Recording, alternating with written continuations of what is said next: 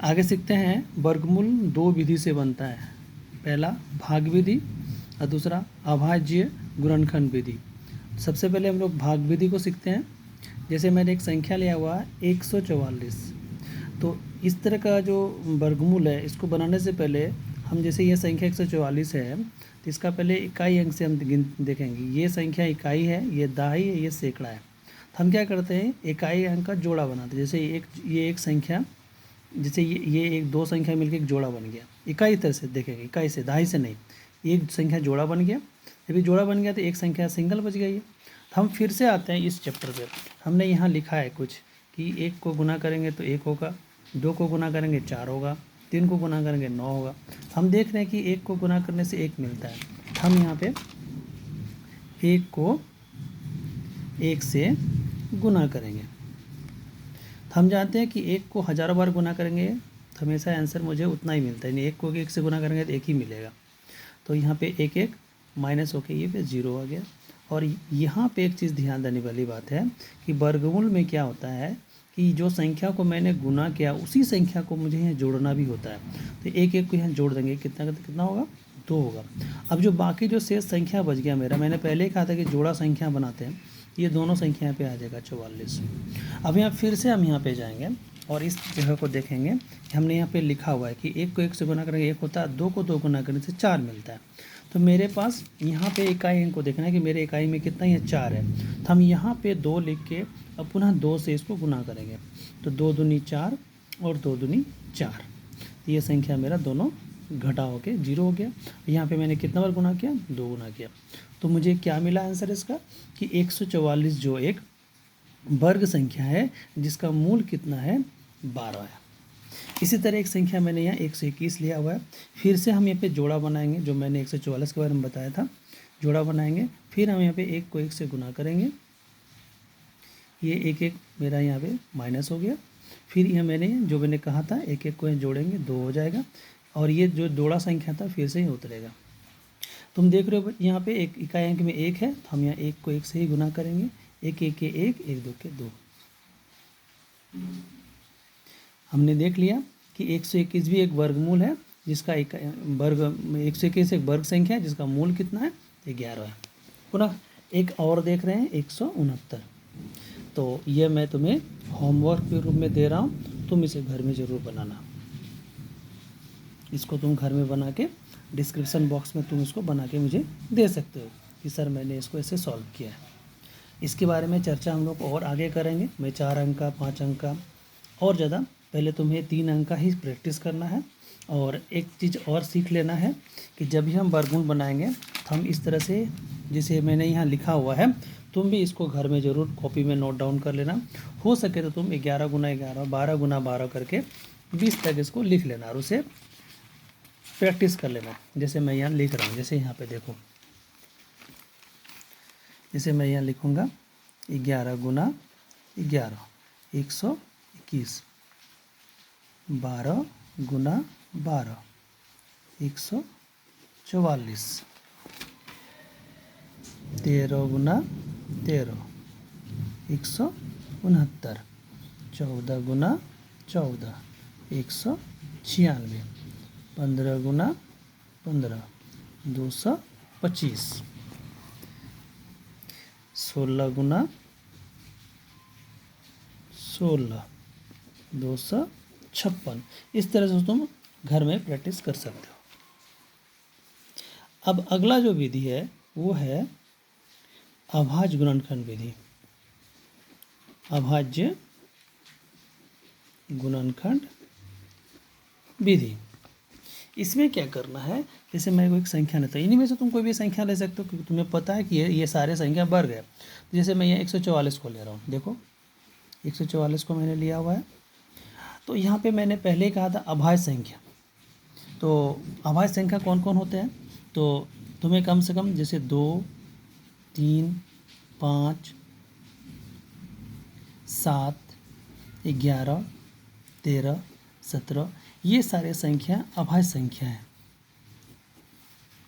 तो इन्हीं संख्याओं में से मुझे यहाँ पे प्रैक्टिस करना है। जैसे मैं यहाँ पे 2 लेता हूँ, तो 2 का टेबल में 14, 2 साते 14, 2 दूनी 4।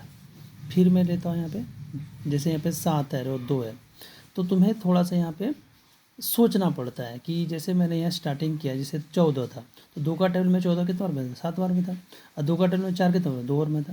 लेकिन जब मैं यहाँ फिर 2 से इसको फिर से भाग दे रहा हूँ तो ये मेरे 7 आ रहा है, तो 2 का टेबल में तो 7 है नहीं, तो क्या करें हम, तो 2 का टेबल पढ़ेंगे, 2 का 2 दूनी 4, 2 तिया 6, 6 तो आ रहा है ना, 6 कितने बार में आ रहा है, तो 3 बार में, 3 लिखेंगे। तो तुम पता देखो यहाँ पे कि जब मैंने 2 का टेबल 3 बार पढ़ा तो 6 है, तो यहाँ 7 को 6 में यहाँ पे घटाना पड़ेगा, जो कि यहाँ पे दिखेगा नहीं लेकिन तुम्हें घटाना पड़ेगा। तो ये 6, 7 में 6 गया तो 1 बचेगा, और 1 और 2 मिलके कितना बन गया, 12 मिल गया। 2 का तो टेबल में 12 कितना बार में, 6 बार में आ रहा है। फिर यहाँ आगे बढ़ेंगे, फिर देखो फिर से यहाँ 3 आ रहा था, 2 का टेबल में तो 3 है नहीं, फिर हम 2 का टेबल में 1 बार पढ़ेंगे, 1 पढ़ने से कितना बचेगा, तो 3 में 2 घटेगा, 1 बचेगा, 1 और 6 मिलकर कितना बनेगा, 16, तो 2 8 16। अब मुझे आसाम से बन सकते हैं 2 नाम 18। फिर यहाँ तुम देख लो लास्ट में कितना, 3 9 आ गया, तो 9 तो 2 का टेबल में नहीं है, तो हम यहाँ 3 से सकते हैं, 3 तिया 9। तो मैंने पहले ही स्टार्टिंग क्लास में कहा था कि वर्गमूल मतलब वर्ग का जोड़ा, यानी जोड़ा संख्या। तो देखो यहाँ 2, यहाँ से 2 आ जाएगा, यहाँ से फिर 2 आ जाएगा, यहाँ से 3 आ जाएगा। हम तीनों संख्या को गुना कर देंगे, 2 गुना 2 गुना 3 गुना करते हैं, 2 दूना 4, 4 तिया 12। ये एक तरीका हुआ अभाज्य गुणनखंड विधि का। जैसे हम कोई संख्या वाले थे 625 लेते हैं, तो एक यहाँ पे देखो इकाई में 5 है, तो एक तरीका है जिसका इकाई में 5 होता है, हम उसको 5 से ही भाग देते हैं, ये एक तरीका है सीखने का। तो 5 है, तो 5 का पहाड़ा हम पढ़ेंगे यहाँ पे, जैसे 5 का टेबल पढ़ेंगे सामने 6 आ रहा है, तो 5 का पहाड़ा हम तो 6 है, जैसे हम 5 का पहाड़ा पढ़ेंगे तो 5 का पहाड़ा 5 1 के 5, 5 दूनी 10 आता है, सामने 6 है, तो 5 का पहाड़ा 1 बार पढ़ेंगे। तो जब 1 बार पढ़े तो 6 में 5 गया, 1 बचेगा, 1 और 2 मिलकर कितना बना, 12 बना। फिर 5 का पहाड़ा 2 बार पढ़ेंगे, तो 12 में 2 10 गया, यानी 5 का पढ़ा मैंने 2 बार पढ़ा तो 10, तो 12 में 10 गया, 2 बच गया। फिर 2 और 5 मिलकर कितना बना, 25, तो यहाँ पे 5 का 25 हो गया। फिर हम 5 का पढ़ा पढ़ेंगे, 5 दूनी यहाँ 12 है तो 5 दूनी 10 पढ़ेंगे। फिर यहाँ 2 बचेगा, तो 5 है 25। फिर 5 का पढ़ा पढ़ेंगे, 5 है 25। यहाँ देख रहे हो तुम, यहाँ फिर से जोड़ा बन गया, एक 5 का जोड़ा बना, फिर यहाँ 5 का जोड़ा बना, दोनों को गुना कर देंगे, 5 गुना 25, तो 25 क्या है, 625 का वर्गमूल कितना है, तो 25 है। तो वर्ग 2 तरह से वर्गमूल विधि बनता है, एक भाग विधि और एक अभाज्य गुणनखंड विधि। दोबारा मैं फिर से एक बार तुम्हें रिमाइंड करा देता हूँ कि आज मैंने क्या सीखा, कि वर्गमूल बनाने कैसे सीखे जाए। तो वर्गमूल बन सकता है और वर्गमूल नहीं बन सकता है, यानी नहीं कभी नहीं बनेगा। तो मैंने उसके लिए क्या किया, तो मैंने 1 से लेकर 10 तक मैंने संख्या को गुना करके तुम्हें बता दिया। फिर मैंने बताया कि इकाई अंक को देखकर हम पता कर सकते हैं कि वर्गमूल बनेगा या वर्गमूल नहीं बनेगा। तो वर्गमूल किसका बन सकता है, जिसका इकाई अंक में 1 होगा, 4 होगा, 9 होगा, 6 होगा, 5 और 0। और वर्गमूल किसका कभी नहीं बनेगा, जिसका इकाई अंक में 2, 3, 7 और 8 होगा। फिर मैंने तुम्हें यहाँ बताया कि मैंने कुछ संख्या ऐसे ही लिखा और तुम्हें देखकर पता कर सकता है कि कौन सा वर्गमूल बन सकता है, कौन सा नहीं बन सकता है। जिसका इकाई में 5 है उसका वर्गमूल बन सकता है, जिसका इकाई में 8 है उसका वर्गमूल कभी नहीं बनेगा, जिसका इकाई में 2 है कभी नहीं बनेगा, 4 है बन सकता है, 0 है बन सकता है, 6 है बन सकता है, 4 है फिर बन सकता है। फिर मैंने ये बताया कि वर्गमूल 2 विधि से बनता है, एक भाग विधि, एक अभाज्य गुणनखंड विधि। भाग विधि में क्या था जो तुमने देख लिया, दोबारा मैं बता रहा हूँ। मैंने संख्या लिया है 144 लिया। जब भी तुम भाग विधि से बनाओगे सबसे पहले तुम संख्या को जोड़ा लगाओ, कैसे, इकाई अंक से। इकाई अंक से तुमने जोड़ा लगा तो 44 एक संख्या बन गया, एक तुम्हारा एक है जो सिंगल बन गया, मतलब 44 संख्या जोड़ा में आ गया और एक सिंगल में आ गया। तो मैं 1 को 1 से गुना किया, 1 1 को मैंने घटाया, 0 हो गया। फिर ये जो संख्या तुम्हारा जोड़ा बना तो जोड़ा में ही आएगा, 44 आ गया।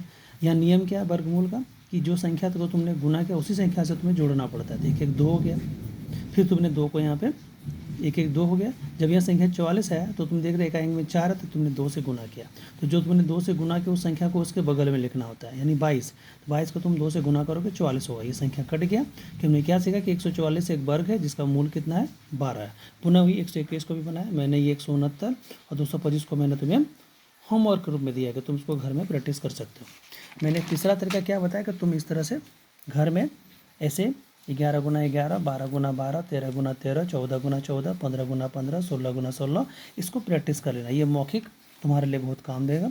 एग्जाम में आ सकता है कि 169 क्या है, तुम बता सकते हो 169 एक वर्गमूल है जिसका वर्ग 169 एक वर्ग है जिसका मूल कितना है, तो 13 है। 196 एक वर्ग है, इसका मूल कितना है, 14 है। फिर मैंने तुम्हें एक और विधि बताया, अभाज्य गुणनखंड विधि। इसमें तुम्हें ये जो अभाज्य गुणनखंड विधि है, ये जो संख्या अभाज्य संख्या होती है 2, 3, 5, 7, 11, 13, इन सब संख्या से ये भाग लगती है। यहाँ पे भाज्य संख्या से भाग नहीं लगाना है। अभाज्य संख्या जैसे मैंने 144 लिया तो मैंने 2 को संख्या लिया, और 2 का तरीका मैंने क्या बताया कि सामने यहाँ पे 14 आ रहा है तो मैंने 2 का टेबल पढ़ा, 2 7 14 कट गया, फिर 4 आया, 2 दूनी 4 हो गया।